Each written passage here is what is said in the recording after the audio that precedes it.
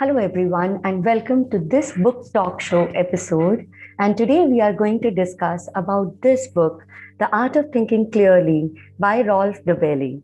I'm Dr. Kinjal Ahir from Department of Economics, Sardar Patel University.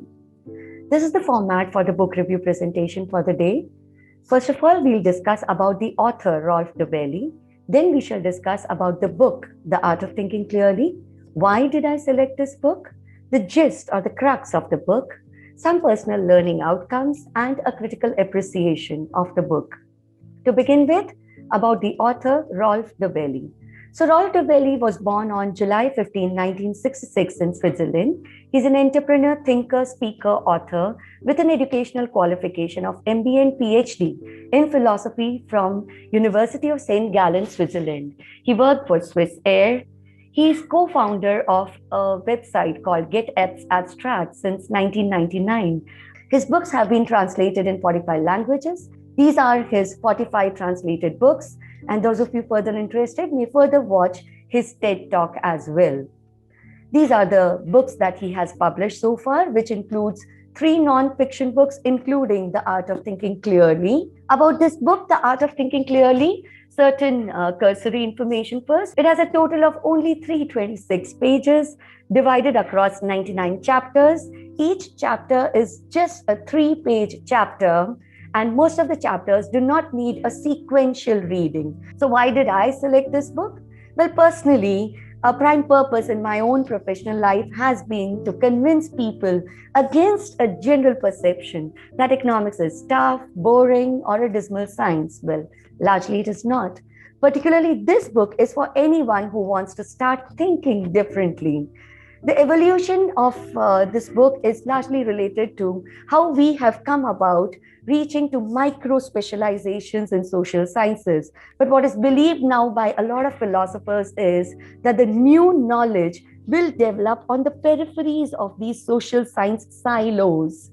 One such peripheral and yet a deep-rooted subject is referred to as behavioral economics, which is necessarily a combination of economics and psychology. So what we are necessarily trying to do here is understand economic behavior from a psychological angle. There have been certain other authors in behavioral economics, including some of my favorites like Dan Ariely, Kahneman and Tversky, the Nobel Prize winners, Richard Thaler, again a Nobel Prize winner, Nassim Nicholas Taleb, one of the inspirations behind this book as well.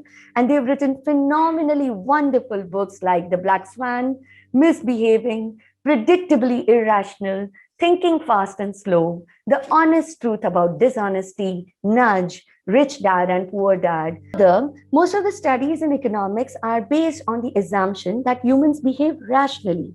They're able to see what is and what is not beneficial for them and act in a manner to gain maximum tangible benefits in a decision-making situation. But after all, we are Homo sapiens. At best, we attempt bounded rationality. Our decisions are influenced by our emotions, values, feelings, including happiness, sadness, anger, frustration, empathy, and of course, biases. Due to these influences, we tend to behave irrationally. Just to give a simple anecdote here, say for example, you have 2 products, product A and product B. On the packaging of product A, it's been mentioned it has 1% fat. On the other product, on the packaging, it's mentioned that it's 99% fat-free. More likely than not, you're about to buy the product B, even though the 2 products may be entirely, exactly same. This is where the biases come into play, because rationally speaking, whether you say a product is having 1% fat or you claim that the product is 99% fat-free, they necessarily mean the same. And yet, we have a tendency towards buying that product which would give a more positive signal, like it says 99% fat-free. That's where we act in a slightly irrational manner.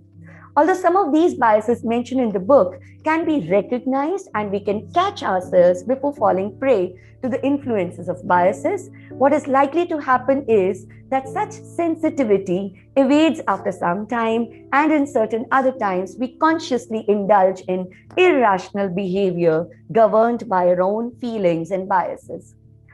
Author does not suggest that the biased decisions are a curse to be avoided under all circumstances, but only to be more conscious of the influences that these biases can have on our decision-making process. Behavioral economics is now really very well established with a lot of Nobel Prize winners that have been listed over here. And you can certainly be interested in reading more about these books that have been mentioned on this slide. But particularly this book, The Art of Thinking Clearly, serves as a glossary to these other books of behavioral economics. It familiarizes the readers with the nomenclature, the lingo of the behavioral economics. It would be helpful if you read The Art of Thinking Clearly before reading any of these other authors in behavioral economics. The book is for everyone, irrespective of your domain knowledge, since it helps you to think without being influenced by your own biases. The gist of the book in brief, of course, because of the paucity of time and some of my personal reflections here. How did this book evolve? So the author once began a conversation with another best-selling author, Taleb, about him. I just mentioned. He's the author of The Black Swan. And they started discussing regarding how biases affect investment decisions. Later on, the author, being inspired by this conversation, started reading, researching, visiting social science labs that were doing research regarding biases and heuristics. And that's how he gradually became a student himself of social and cognitive psychology. He prepared for his own personal use a list of biases to keep a guard on himself against these biases while making investment decisions. Later, he published these in a series of weekly newspaper column in Germany, Holland, and Switzerland. He also made several presentations in front of lots of audience, sharing his observations, learning from their experience. And finally, it took the form of this book, which has a compilation of all of these experiences. There's also an epilogue in the book. Although it appears towards the end of the book, I'd strongly recommend the readers to first read this epilogue and then jump into the chapters while reading. So to cite from this epilogue, it begins with this anecdote. It's mentioned there that Pope once asked Michelangelo, "How have you created the statue of David, the masterpiece of masterpieces?" To which Michelangelo replies, "Well, it's simple. I removed everything that is not David." Using this anecdote, Rolf Dobelli tries to explain how do you think better or how do you think clearly, as Michelangelo had removed all that was not David. If you want to think clearly, what you need to do is remove everything which is not clear. By eliminating errors, a clear thinking will follow. To cite exactly a sentence from this epilogue, the failure to think clearly is a systematic deviation from logic, from original, optimal, rational, reasonable thoughts and behavior. So a deviation from these is an irrational behavior affected by biases. Further, he mentions in the epilogue about hot and cold irrationality theory, drawing analogies from Plato and Sigmund Freud. He also warns that not all cognitive errors are toxic, and some are even necessary for good life. Over here, what I further attempt to do is only discuss a few selected biases and mention some of my own personal observations along with the presentation. The only purpose is to prompt you to pick up this book and start reading for yourself. So how we proceed further is every slide further will mention a chapter number, the title of that fallacy. My learning outcomes would appear on the right side, the author's explanation on the left side. Most of the graphics will be mentioning the anecdotes. The red box here describes how these biases are going to affect our decision making in a bad manner. All of these green boxes are going to mention how the author suggests how you can escape these biases. And the blue boxes here observe my observations. So to begin with the first one, the sunk cost fallacy. So what does the sunk cost fallacy talk about? When you've invested a lot of time, money, energy, or love, you do not feel like moving away due to the investment you've already made. Say, for example, you've booked a movie ticket, and by the time it is the interval, you feel the movie is damn boring and you wish to move out. But only because you paid for the ticket for the movie, you do not escape it in the interval. Probably simpler examples from our day to day life. Imagine your entire wardrobe is full of some old clothes in which you do not fit in further, but you only because you paid for those clothes, you do not remove them from your wardrobe. A pair of sandals which is so hurtful in your legs, but you still don't throw them out because you've paid for it. Think about your investments. If you do not drop it away when you realize that it was a waste, there would be more wastage, which is more loss inducing. So the cost of acquiring certain thing should not be the criteria to decide to continue or to leave it, but the future investment should be the deciding criteria. Of course, it may be painful, but actually it may be more productive because it saves your future time of decluttering. It is very satisfying to believe that someone would use it more with appreciation. And of course, it's economic as well because it saves future waste of time and future investments as well. The other bias, confirmation bias. So the author's explanation to confirmation bias, and he refers to it as mother of all misconceptions. So you have an opinion, you only consider proofs to support your case and filter out any information which is not in confirmation with your personal opinion, and you dismiss it simply by saying, okay, that may be just an exception or a special case. A solution given by author, he believes that if you will list down your beliefs and then you go about searching anything that goes against those beliefs and you list it out and find the disconfirming evidences, it's very likely that you will come over the confirmation bias. When you assemble in the office for official meetings, what you need to do is approve of an opinion that was different than yours only because it had a greater merit, and not simply keep pushing certain opinion only because it was your opinion. There are three biases which are largely interrelated with each other: incentive super response tendency, motivation crowding, and reciprocity. Incentive super response tendency refers to rightly incentivizing, not necessarily that when you give incentives to certain people or in certain situations, it will always produce required or expected outcome. Certain brilliant examples cited here by the author include that there was this case in one city where there were a lot of rats. So the authorities were terribly irritated by the number of rats. So they thought of coming out with an incentive that whoever would bring about a dead rat would be given certain incentive. So the expected result was that the number of rats would fall. But actual result, it exactly went counterintuitive. People started breeding rats and then going about killing them and bringing them to the authorities. So rather than decreasing the number of rats, it started increasing. Another example that has been cited by the author from China, where in a certain location, dinosaur bones were excavated. In that case, the government decided to incentivize anyone who would bring the bones on the basis of the number of pieces of bones that the person would bring. As a result, you would expect that the authorities would get a lot of bones. But counterintuitively, what happened instead is that anyone who would get a bone would rather break it into 3 pieces instead of bringing it as 1 piece. And that was rather more destructive an excavation process.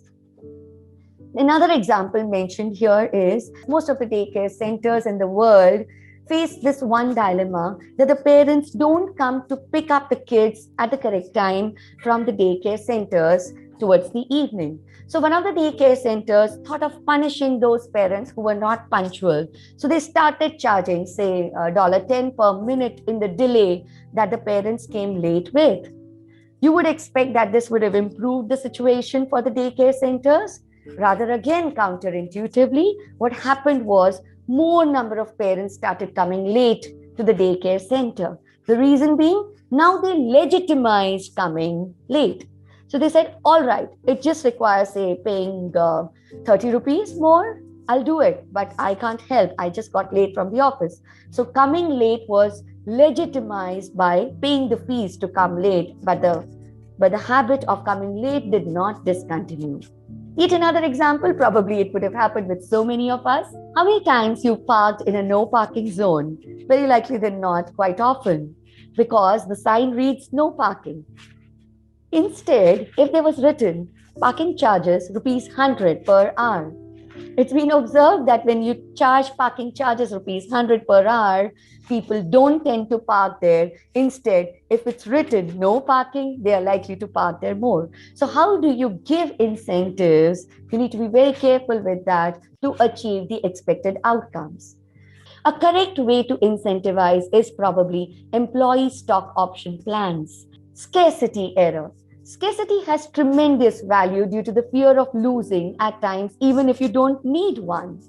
Like, for example, the author quotes here, if there's a glass jar full of cookies, probably it does not taste as well as the last cookie in the jar. The last cookie tastes the best.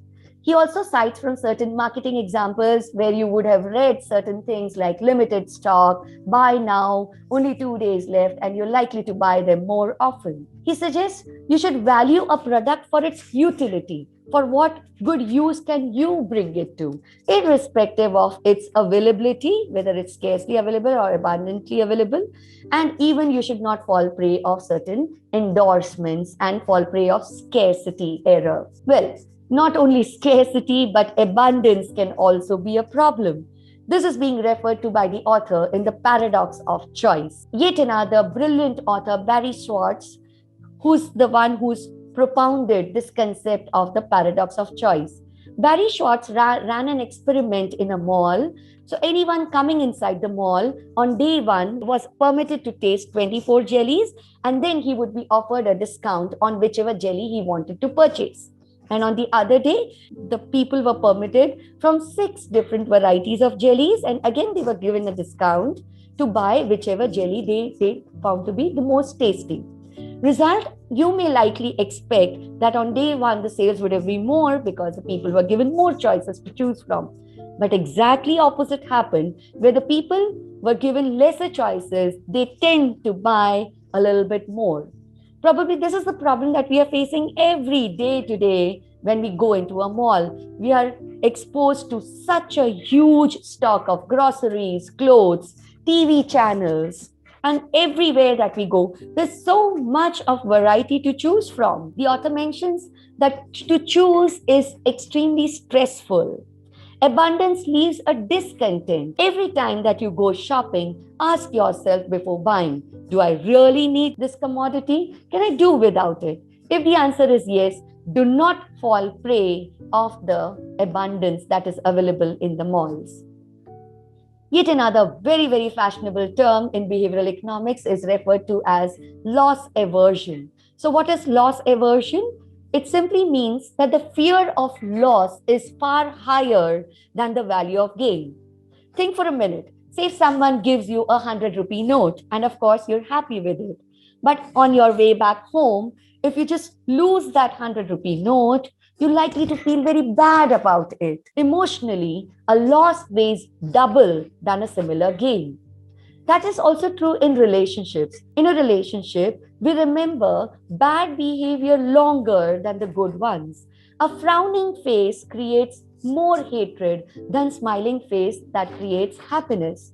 Imagine early morning, you're walking down in your office, 10 people wish you with a beautiful smile on their faces, a good morning to you. At the end of your way, there's one frowning face who does not wish you good morning. Unfortunately, once you're in your office, that frowning face keeps on revolving in your head more dominatingly than those 10 smiling faces. Emotionally, a loss weighs double than a similar gain. So 10 smiles should have compensated for 10 frowning faces, isn't it? But over here, that one frowning face is heavier than those 10 beautiful smiling faces. No business could have been possible if businessmen indulged in loss aversion. And the last one for the day, the survivorship bias. What does the survivorship bias mean? Well, has it happened with many of you? While choosing a particular career, you started talking with those people only who had made a brilliant career. Did you talk to anyone who failed to make their career in the same field that you wanted to enter into? Probably not. In that case, you were suffering from survivorship bias. Since success is made more visible than failures, you overestimate the chances of your success. So you go about only talking to people who are successful, to the survivorship bias. A brilliant example that I came across over here is that of a Princeton University professor who came out with a CV of his failures. Having discussed all of these biases, I now go ahead with the critical appreciation to the book. Well, honestly speaking, some biases are repetitive. If you remember how this book has evolved, he had been moving to various social science research labs and been talking to the scientists. So, what has happened in the process is that different researchers termed a particular same bias differently, and so you are likely to see some of the biases in a repetitive manner. Certain other biases are too simple to deserve a mention. That's what I found. But at the same time, let me also say it certainly enhances consciousness and sensitivity towards the influences of these biases in day-to-day personal and professional decisions. The book is about making more informed decisions. Informed decisions in context of being self-aware of our own personal biases that affect our decision-making processes. The book is small in size, which is certainly a very good motivator as well to pick it up and read it. The chapter size is small. That plays a trick with your brain and gives you a quick sense of accomplishment having read and finished a particular chapter in the series. It's a good book to enhance your understanding of the evolving subject of economics called the behavioral economics.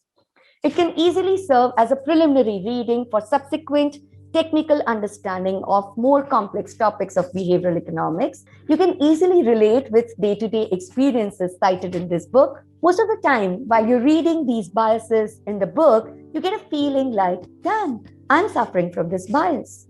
It enhances our sensitivity towards these biases that influences our decisions. It improves, or at least nudges us towards making more informed, better, sensitive, conscious decisions. Well, these are the list of references that have been used throughout the presentation. And finally, before we close, please check. Are you suffering from the bias that you are not biased? Well, think clearly. Thank you for your patient listening.